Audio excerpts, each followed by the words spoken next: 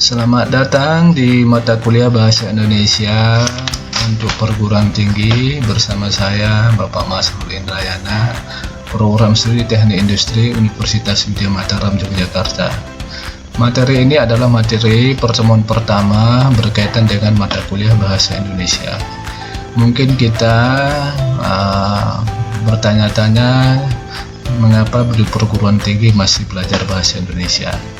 Kita sudah belajar Bahasa Indonesia mulai dari sekolah dasar, sekolah menengah pertama hingga sekolah menengah atas.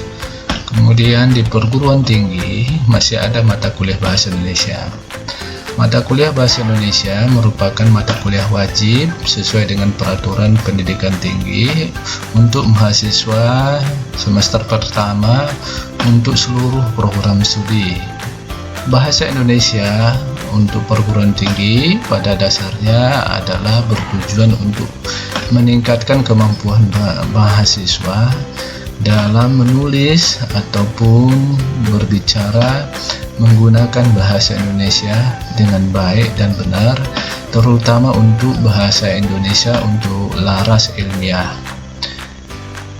Masalahnya nanti pada saat Anda di semester akhir ataupun selama Anda kuliah di perguruan tinggi, Anda akan dihadapkan dengan tugas-tugas mata kuliah dan di tingkat akhir Anda harus menulis karya ilmiah. Sehingga untuk penulisan tugas-tugas dan karya ilmiah sudah seharusnya didasari oleh kemampuan penulisan bahasa Indonesia yang baik dan benar. Nah, kita lihat deskripsi dari mata kuliah Bahasa Indonesia untuk perguruan tinggi. Yang pertama adalah keterampilan berbahasa Indonesia merupakan syarat mutlak bagi mahasiswa Indonesia agar mampu mengutarakan pikirannya kepada pihak lain secara efektif. Kemudian mata kuliah Bahasa Indonesia ini diharapkan menjadikan mahasiswa memiliki keterampilan komunikasi yang tinggi dalam ranah keilmuan, didasari oleh penguasaan atas pengetahuan atas fungsi-fungsi bahasa serta ragam dan larasnya, keterampilan ejaan tanda baca, pembuatan kalimat, membuat paragraf yang baik, dan membuat wacana sesuai dengan jenis yang diperuntukkannya, serta mereproduksi teks-teks dari berbagai sumber. Mahasiswa diharapkan mampu menulis dan berbicara dengan baik dalam bahasa Indonesia laras ilmiah. Nah, dalam mengikuti mata kuliah ini, kompetensi atau keahlian atau kemampuan yang diharapkan dari seorang mahasiswa setelah mengikuti mata kuliah ini adalah yang pertama, meningkatkan kemampuan pemahaman atas fungsi bahasa Indonesia, baik lisan maupun tulisan. Nah, nanti Anda harus memahami apa itu fungsi bahasa Indonesia. Kemudian meningkatkan kemampuan memahami ragam bahasa dan aneka laras bahasa Indonesia, baik lisan maupun tulisan, ragam bahasa dan aneka laras bahasa. Kemudian meningkatkan kemampuan keterampilan menulis dengan ejaan dan tanda baca yang benar. Kemudian kompetensinya berikutnya adalah meningkatkan kemampuan mahasiswa dalam menyampaikan pikirannya dalam bentuk kalimat dan pada akhirnya menjadi sebuah paragraf.